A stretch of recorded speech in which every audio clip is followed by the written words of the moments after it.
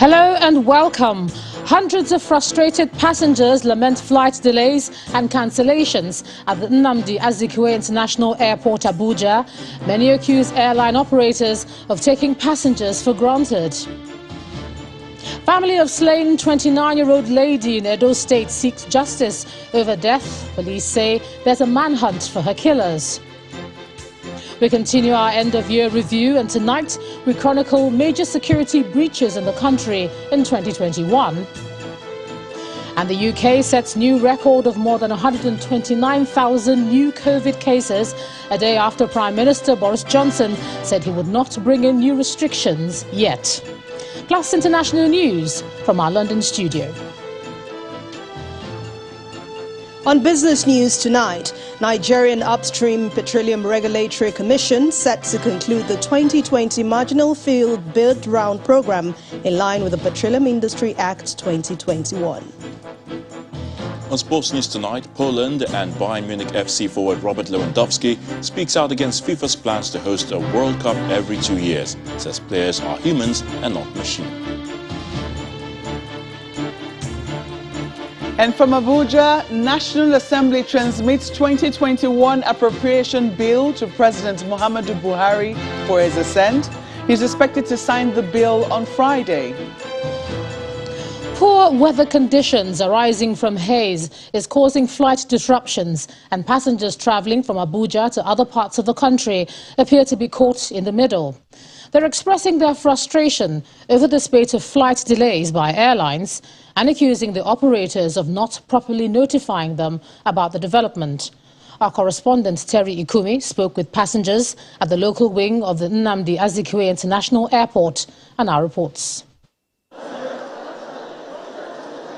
The newly discovered Omicron variant of COVID-19 had little or no effect on the local travel plans of Nigerians. The domestic wing of the Nnamdi Azikiwe International Airport is packed full with travelers, typical of the yuletide. Flight fares have more than doubled and in some cases tripled this period, but passengers do not seem to be getting their money's worth. Following reports of cancellation of flights, we asked some passengers about their experience. Of course, I've had my flight to Asaba rescheduled thrice already. In fact, I almost missed it this morning. I actually went into my email by chance and saw that it's been rescheduled for the third time. My flight was supposed to be 11:35. So when I came here, they said it's now 3:05. So I'm going to wait for a complete 5 hours. So I'll be sitting here now. I can't even board till 2 p.m. I didn't even receive text message. So I'll be sitting down since after 9. I heard the flight that will even pick us just left Abuja to Lagos, and it's the same flight that will come back to pick us. One passenger is understanding of the situation, but wants airport authorities to do better. I know that we do have challenges in the country, but I must have to commend the staff of this airport. The airport looks clean.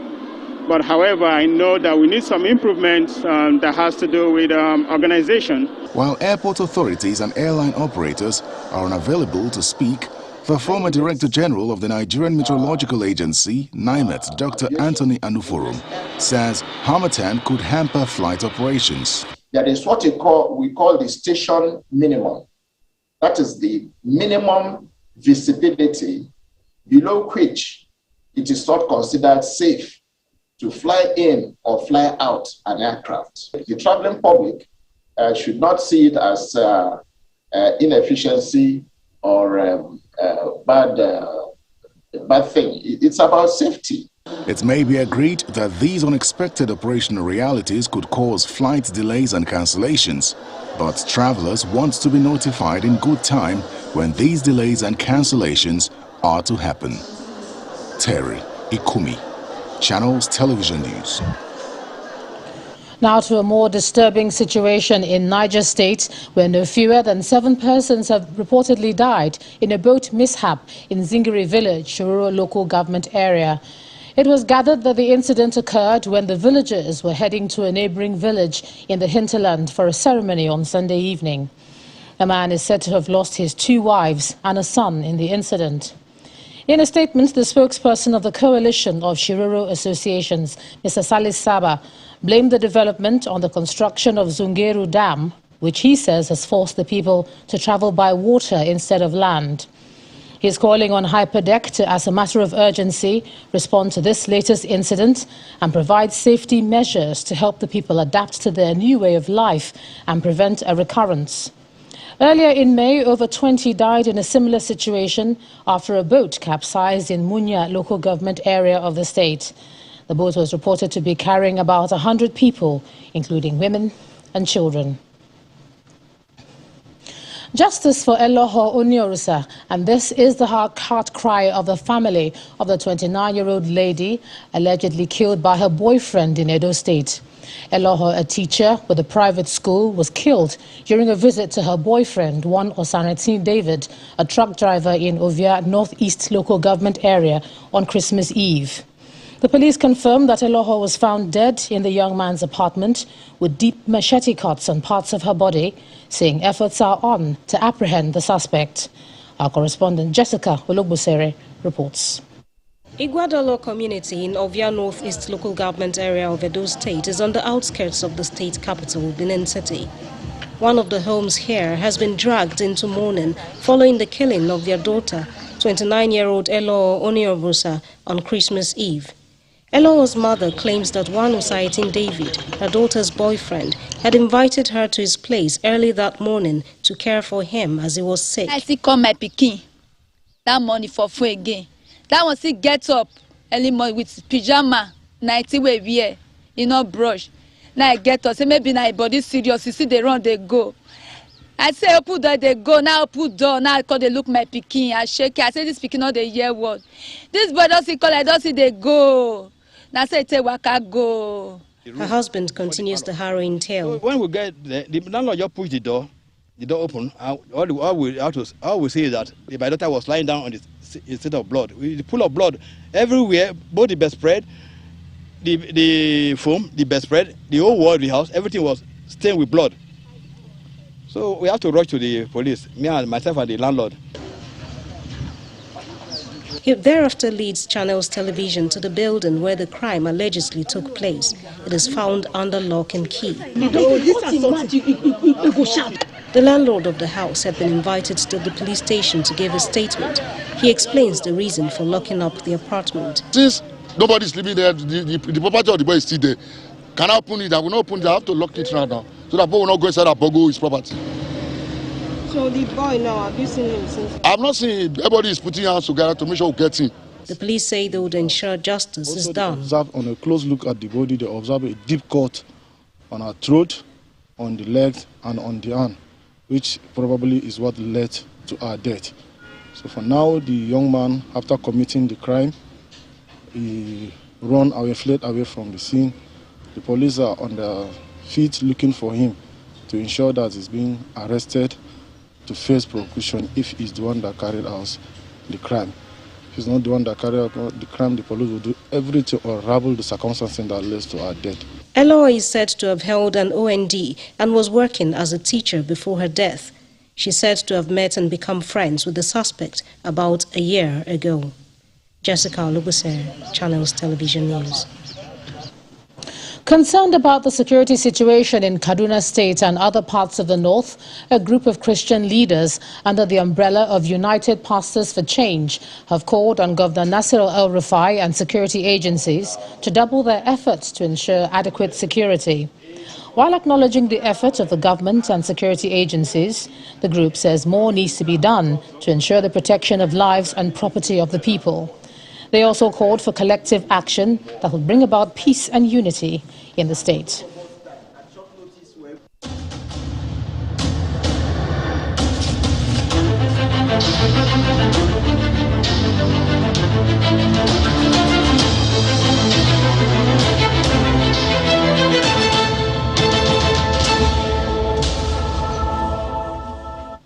Security management in the country remains a daunting task, and this year has not been an exception, with banditry, kidnappings and armed robbery posing major challenges in addition to insurgency. We continue our assessment of activities in the critical sectors of the outgoing year with focus on security today. Northern Nigeria has been an epicenter of insurgent activities, especially from Boko Haram and the Islamic State of West Africa province, ISWAP, whose violent campaign have risen with the emergence of splinter groups. Efforts by the government to launch major offensives to dislodge these groups from their strongholds have met a brick wall as they continue to launch attacks and engage the nation's security forces in brazen assaults. According to the United Nations Children's Fund, this year alone, a total of 1,440 students have been abducted and about 25 schools attacked. President Muhammadu Buhari bowed to pressure from several quarters for a change of guard in the nation's security hierarchy when he appointed new service chiefs earlier in the year to bring some vigor into the war against the terrorists. I expect you to effectively deploy your officers and men to secure the country. 4 months after this appointment, disaster struck in Kaduna State, where the Chief of Army Staff, Ibrahim Attahiru, and other top military officers died in a plane crash. A dark chapter in the military's efforts at restoring peace. In what appears to be an exploit of a security vacuum, criminal gangs in the northwest scaled up kidnappings for ransom, targeting boarding schools. What will I tell her? What will I tell her? The states mostly affected by these attacks are Kaduna, Katsina, Kebbi, Zamfara, and Niger states, with some of these students still in the hands of their abductors. The oil-rich Niger Delta region was not without some security challenges as well, notably activities of oil thieves and economic saboteurs. In the second quarter of 2021, the coordinated operation of the Southwest Security Network, codenamed Amotekun, came into effect, and several bandits making their way to the region were apprehended. Also, clashes between farmers and herders over land have spurred the formation of ethnic militias. Don't fire from there, don't fire from there. In the southeast, violent activities and killings by gunmen suspected to be linked to secessionist groups assumed an alarming dimension. The sit-at-home order, which is observed every Monday in Imo, Enugu, Anambra, Abia and Ebonyi states, literally grounded economic and social activities in the region. This is the time Buhari should sit up and tighten his belt to make sure that no matter your statute, if you have been found wanting for aiding and abetting, equipping, financing crime and criminality, it should be brought to book. The Nigeria police got an early Christmas gift from the president when, in fulfillment of one of the demands of the NSAS protesters, the Federal Executive Council approved an upward review in the peculiar allowance for police officers and men with an increment of about 20%. When the upward review of their pay takes effect in January 2022, a lot will, however, be expected from the police across board in the discharge of their duties. In part 2, after the break, we continue our 2021 review on security. We'll be joined by a retired Assistant Inspector General of Police, Haze. That's in a moment. Do join us again.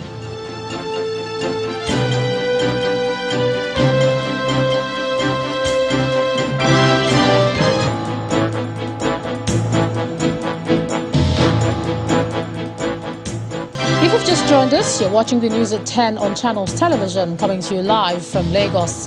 A reminder of our top stories. Frustrated passengers lament flight delays and cancellations at the Nnamdi Azikiwe International Airport, Abuja. Family of slain 29-year-old lady in Edo State cry out for justice over death. Police say there is a manhunt for her killers. We continue our end-of-year review, and tonight we chronicle major security breaches in the country in 2021. And UK sets new record of more than 129,000 new COVID cases, a day after the Prime Minister, Boris Johnson, said he would not bring in any new restrictions yet.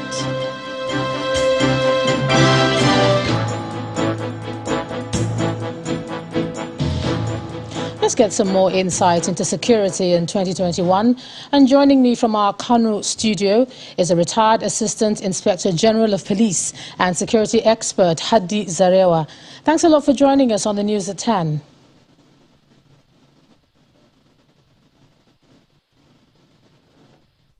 Okay, we seem to be having trouble establishing him at the moment. Well, we'll definitely take him in due course. Let's see what we can do to try to re-establish him. But moving on now, President Muhammadu Buhari will on Friday, December the 31st, sign the 2022 budget into law.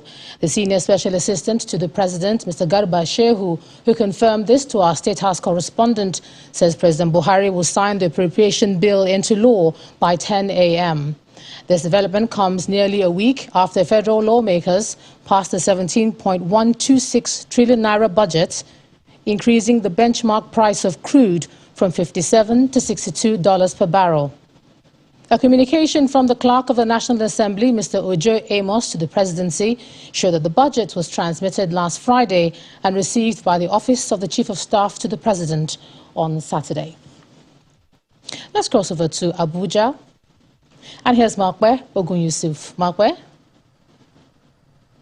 Hello, Ijoma. It's good to see you. Well, it looks like a lot more has been coming up from the presidency as well, as they've been providing insights into why President Muhammadu Buhari withheld assent to the Electoral Act Amendment Bill 2021. The Senior Special Assistant to the President on Media and Publicity, Garba Shehu, explains in a statement that the proposed amendments entail significant legal, financial, economic and security consequences for all Nigerians, principal among which will be a severe spike in the cost of holding primary elections by political parties.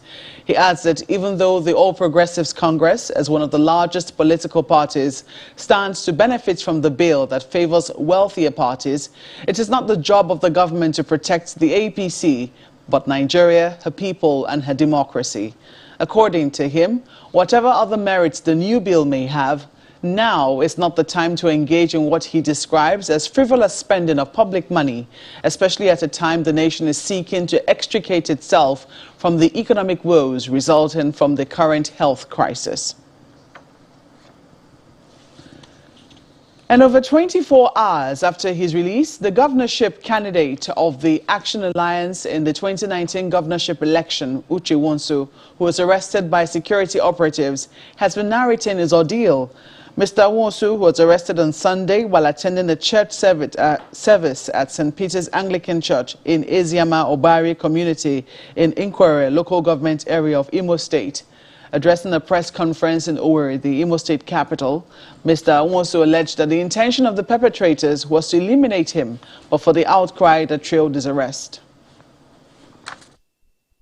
We got inside the private jet. The officer that was there said, Oga, that there is a petition against you, and some people mentioned their name. That's why we came to pick you. I said, okay. Was it why I should be humiliated? There was no invitation. Nobody called me. I was humiliated as I was handcuffed as a common criminal. That if there was an invitation, I'm not a criminal, I would have come and I would have answered the call. He said, Oga, but you have not. I said, nobody invited me. When we got to Abuja, they took me straight to STA's office, Tactical Squad's office. And at that point in place, the IG now intervened and sent somebody who came, and I was interviewed. I put down my statement. And with the scenario, with what happened, I think the Inspector General of Police was not properly briefed. Everything, all this drama happened inside government house. All the security men that came for this operation were security men attached to the governor of Imo State. Masked, all of them. There is nothing to identify them. They came with a truck, a military truck, that is part of the governor's convoy. They came with a Ford Jeep that is part of the governor's convoy. I don't think that their intention was to arrest me. Their intention was to eliminate me. Because if their intention was to arrest me, I know the normal police procedure. Away from politics, Nigeria's northeast has been a troubled region for over 10 years owing to the activities of Boko Haram terrorists. Although the insurgents are said to have been pushed to the fringes of Lake Chad, they still launch attacks occasionally on the residents. However, the insecurity has not stopped the people in the region from celebrating the Yuletide.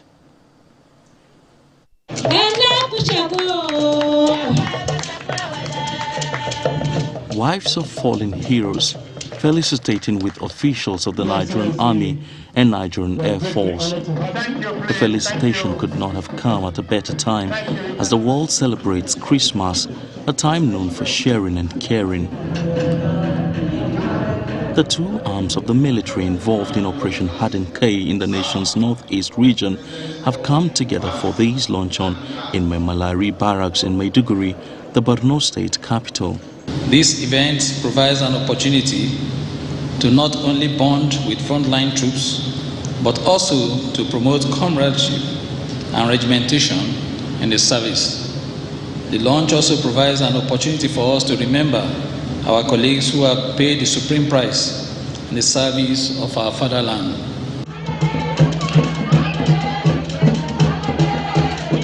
In Yobe State, religious organizations are making efforts to reduce the number of children on the street, especially because of the security threat in the state.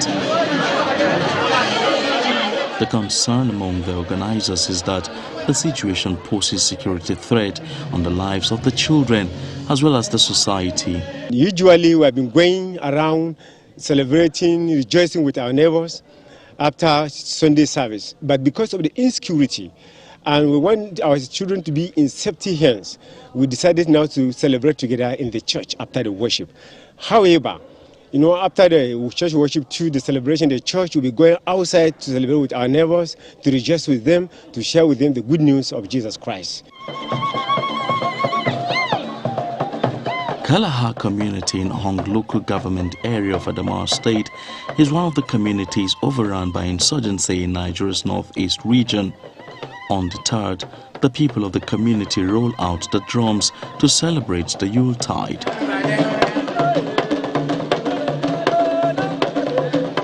The people are praying that the government can defeat the insurgents. We know the difficulties that we are passing through, the security challenges, the economic challenges, the unemployment, and so many other difficulties that we are passing through. But again, hope is not lost. God has sent his Savior in order to redeem humankind. And through the coming of Christ into the world, there is a light in the tunnel, and there is hope for us, humanity. For the past 10 years, insecurity has become a challenging issue for the people of the region. Amidst the celebration, the people look forward to a time when insecurity will be a thing of the past. Still ahead on the news at 10, residents defy security challenges in the southeast as well as they join in the celebration of the Yuletide. You join us again.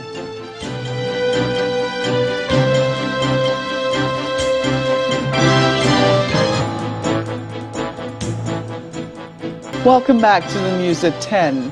In the southeast, Christmas is one of the festivities celebrated with pomp and pageantry by residents.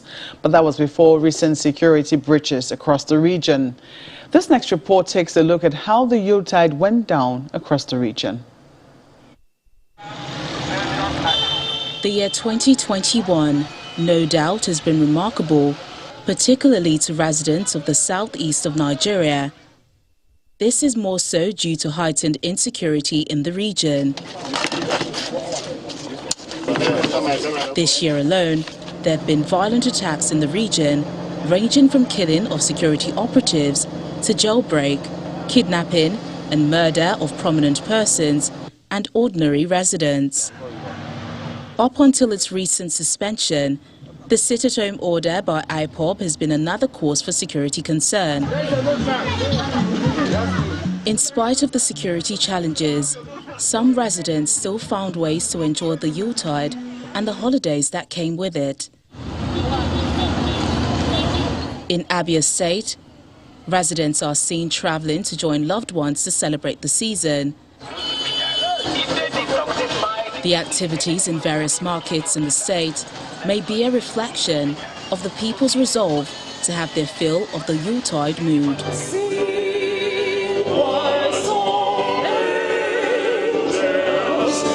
In Anambra State, the atmosphere is celebratory. In this part of the world, people come home from different parts of Nigeria for this celebration, to stay together as a family, to express love to one another, to find a way to promote peace, love in the society, to find a way to move forward. Things are challenging. There are many challenges we face in our world today, but when we come together, we can fashion out a solution. The streets of Enugu is lit up by the various Christmas decorations. The Enugu main market comes alive with residents out shopping. He has issued firm instructions to the security agencies and about 1,700 brigade personnel of the novel security outfit we have in Enugu, actually called Forest Guard. And he has also stimulated the passion and commitment of the Vigilante group to also team up with security agencies and make sure that they provide adequate security for the people. In Ebonyi State, everyone looks busy with buying and selling at the Abakaliki International Market. In town, some residents say the Yuletide would have been better, but for some challenges. People are insecure and the economy is very bad. There is no money anywhere. Imagine people will go to bank, they will tell them, I can't give you so amount of money because there's no money. Despite the recent cases of security breaches in Imo State, residents still take time out to celebrate. While some are having time out at fun spots, some others are attending church services. As for me, it depends on what the person actually wants. Because to me, whatever you have, you can actually enjoy yourself. Even with 1,000 naira, you can make something useful out of it. So it doesn't mean when you have millions. Although the Christmas holiday is over and everything gradually returning to normal, but some are of the opinion that the mood is not like the previous years. They hope that the challenges are addressed so that the next Christmas celebration will be way better than this. Oh, we always hope for better, don't we? That's all from the nation's capital. Is back to you, Ijoma. Indeed. Thanks a lot, Mark. Now let's try again to have that conversation on security from our Kano studio, where we have a retired Assistant Inspector General of Police and security expert, Haze. Thanks a lot for joining us, and apologies you couldn't hear us earlier. Thank you very much. Great. Now, security is a big issue, and it has been in the last year. From what you've heard about the challenges, looking at the report that we had there, where do you think the gaps lie as we review the year?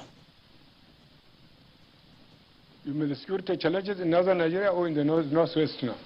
We're looking at the entire country, but and the northeast, where we know you've done a lot of work. Okay. Well, you see, when you talk of the security situation in this country, it's a very sad situation because the area here, particularly here in the northwest where I work, most of the places, when you look at Sokoto, I work in Sokoto, I work in Zamfara, I work in Katsina, I work in Kaduna. All this area used to be a very peaceful state, but this has started a very long time ago in the 80s when we have problems about farmers planning cattle, clashes happening here and there. And most of the time, when this type of incident happen, we used to make an effort to the government so that the government should take an adequate, arrangement so that they can arrest the situation. Because we have witnessed a lot of these clashes before, and the Fulani people who were accused to be responsible for this, and the kidnapping and the robbery and whatever, were neglected because there used to be, in those days, we used to have these cattle Fulani, because most of the area they go for, rearing of their animals, you discover that the places are being hijacked by the farmers or by the authority or somewhere. And this is one of the reasons why you discover that these people, they have nowhere to go for rearing. Their animals are being stolen, they're stolen So you discover in the end that what they should do now is they went back to the villages, to the forest, and started this petty, kidnapping, killing, and what have you. So the situation could have been arrested long time ago because we have focused. We have witnessed that something in future this is going to happen. The police in that time, more than like I told you in the 80s, a lot have been made to the government to take necessary action. How can they take care of this plan? Because many people, even in those times, in those years when this is happening, you discover that there is clash between Fulani and farmers, and when the police go there to take necessary action, you discover that sometimes the police are killed and the farmers are killed or the Fulani are killed there. And all the necessary a report had been made for a long time so that this situation can be arrested. And they were not given the adequate education so that they don't read. Most of them generally you discover that they are illiterate people. And nowadays the police, when you look at the number of the police, they cannot take care of what is happening in most of these countries. The number is inadequate. The facility to go out and do the necessary, that is to take care of the situation, they could not go. And another issue is that, I wish the internal security could have been, the police who are supposed to be in charge of the internal security were neglected, and they brought the army to take care. If I can remember, even last week, I was listening to a program whereby Major Mustafa was complaining that the police or the government had made a mistake by involving the army in the internal security. Because internal security is the duty of the police. If they are well equipped, they are well cared, they are well fed, I believe they can perform. Even if I can remember in Maiduguri where they were doing very well in Boko Haram, by the time the program wanted to involve the army, the people there were saying no. In Katana too, they were even, preparing to have these mobile people who can go, and because the army, the police, they are in charge of internal security. They know the local setting, they know the rural, they know the forest everywhere. But unfortunately, we discover that something what is supposed to be done is not being done. The internal security is the entire responsibility of the police, in addition with the other security agencies like the civil defense, the SS, who can give information about what is happening. So, but unfortunately, these things have been neglected for one reason or the other. And one of the areas, if you want to even take care of this security situation, I will suggest that senior police officers who were in the service, who retire in the service, and other security could be assembled so that they can sit down and give an advice. Because people whose brain those years, they are around, they can advise the government on what to do. Because if I can remember when the former president in the 1990 something, any time an incident happened about security, you discover that the president will arrange a meeting with all security agencies in the country. Right. They will discuss how can they come about it now. But all right. I have been suggesting, we spoke on many occasions, I have given a program, many radio, on how can we tackle this issue of security or insecurity in the Northwest, in Nigeria in general again. All right, AIG, I'm going to have to thank you and for that insight into security. Thank you so much, retired Assistant Inspector General of Police and Security Expert Haze Arewa, for sharing your thoughts on the news at 10 tonight. Thank you very much. From there, we take a look at some business news, and we'll do that with Anne Waudu.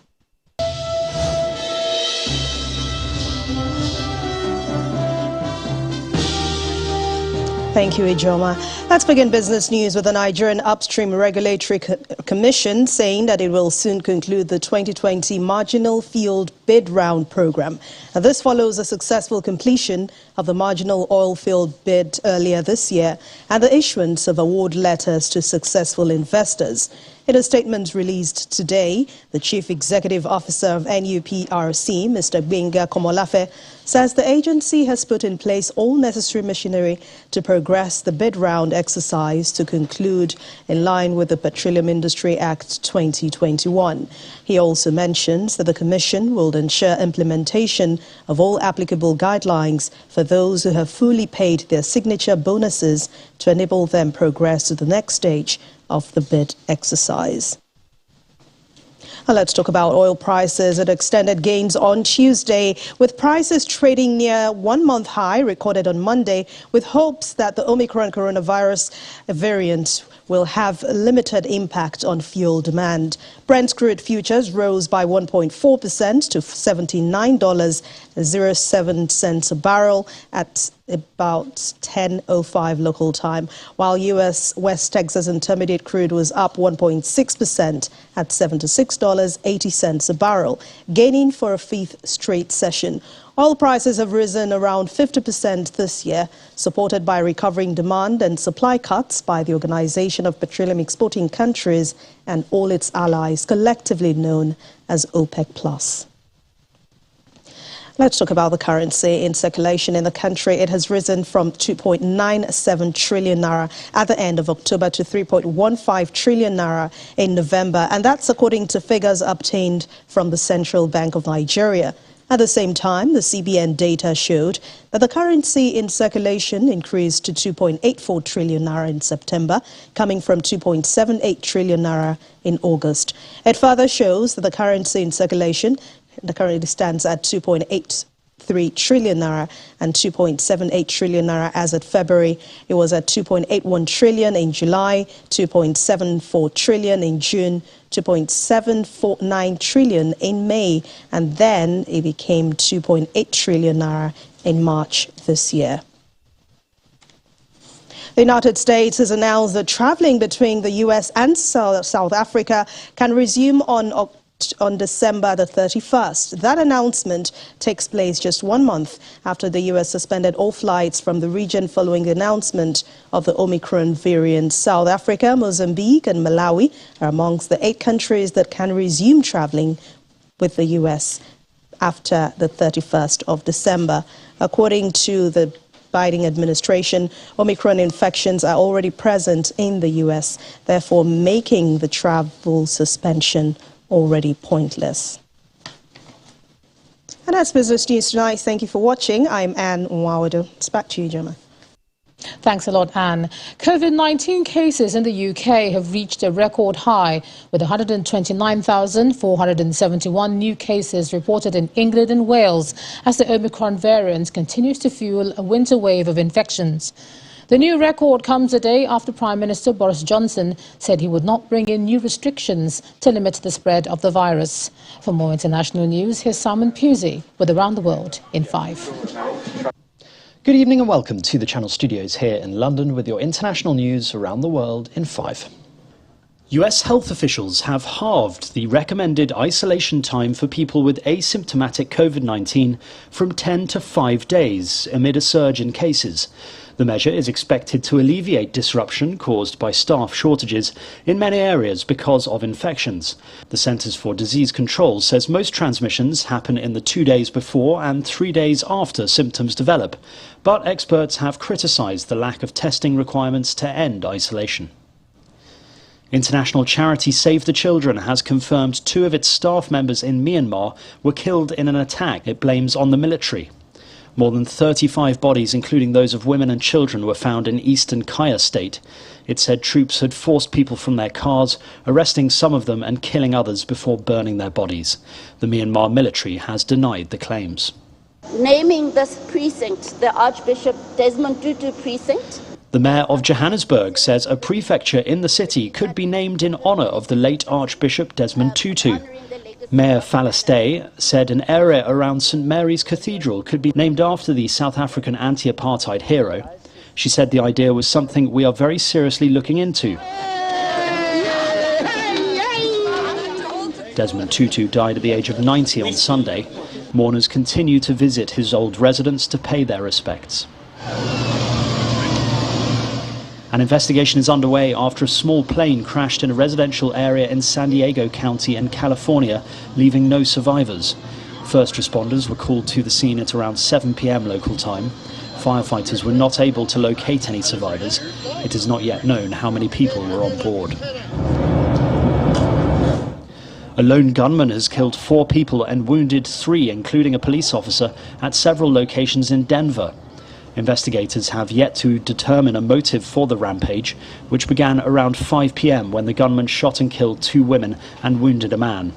He killed 2 more people before a running gun battle with officers. He was eventually killed by police. Fires have broken out at Syria's Latakia port's container storage area following an Israeli missile attack, according to state media. The attack, the second in December, damaged facades of a hospital, some residential buildings and shops. Israel has mounted frequent attacks against what it has described as Iranian targets in Syria, where Tehran-backed forces have been deployed to support President Bashar al-Assad. Dozens of Afghan women have staged a protest in Kabul demanding freedoms and rights under the Taliban rule. The women marched down the streets chanting, "Why have you closed the schools?" and "We want work, food and education." The protest followed a new Taliban law set by the Ministry of Promotion of Virtue and Prevention of Vice that dictates that women travelling for more than 72 kilometres should be accompanied by a male family member. The German NGO ship Sea-Watch 3 is still waiting to be assigned a port of safety after it rescued 444 migrants from 5 separate rescue boats carried out in the Mediterranean Sea. We are from a German rescue ship! Last week alone, at least 160 people drowned in the central Mediterranean while attempting to flee. Meanwhile, local residents of a coastal Indonesian town have delivered supplies and food to a boat of over 100 Rohingya refugees stranded at sea. Fishermen first spotted the boat on Sunday with around 120 men, women and children on board. Indonesian authorities have said they will help to repair the boat, but will not allow its passengers to seek refuge in the country. And finally, a 3-year-old girl who shot to fame in Russia after surviving 12 days lost and alone in a Siberian forest has begun her quest to become a professional ballerina. In 2014, Karina Chikitova walked away from her house to follow her father and got lost in the vast woods, accompanied by her dog Nada.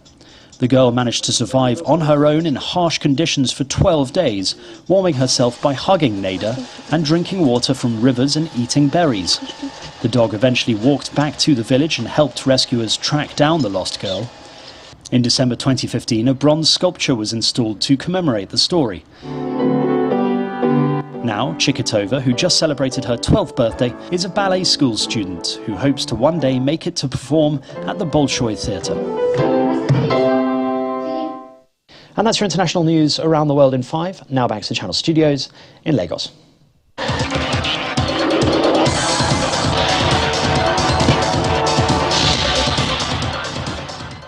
Many thanks, Simon. The 2021-22 Niger Professional Football League first midweek game of the season will hold tomorrow across the country. In Makadi, Lobi Stars will host Shooting Stars of Ibadan. Defending champions Akwa United will play host to Gombe United. In Aba, Rivers United will take on host Eyimba International, while league leaders Remo Stars will face Nasarawa United in Ikene. Sunshine Stars of Akure will also be in action against Rangers International. Lagos will play host to the clash between MFM and Plateau United. Bayern Munich striker Robert Lewandowski has again spoken out against FIFA's plans to host a World Cup every 2 years. Lewandowski insists if the football fans want to watch the best football, it's impossible to play the World Cup every 2 years. In the English Premier League, West Ham brushed off the disappointment of conceding an early goal at Vicarage Road to strengthen their push for a Champions League place.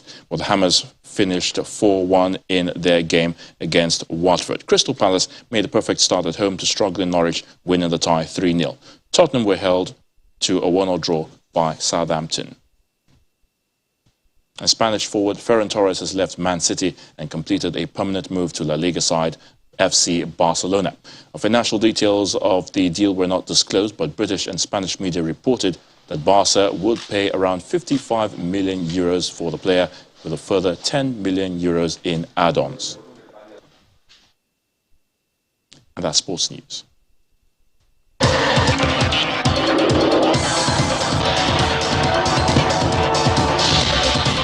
Thanks a lot, Ayotunde. And the main news again. Hundreds of frustrated passengers today lamented flight delays and cancellations at the Nnamdi Azikiwe International Airport, Abuja, and many accused airline operators of taking passengers for granted by not issuing proper notifications. That's the news at 10 tonight. Thank you so much for staying with us. I'm Ijoma Hunyato. Do have a good night.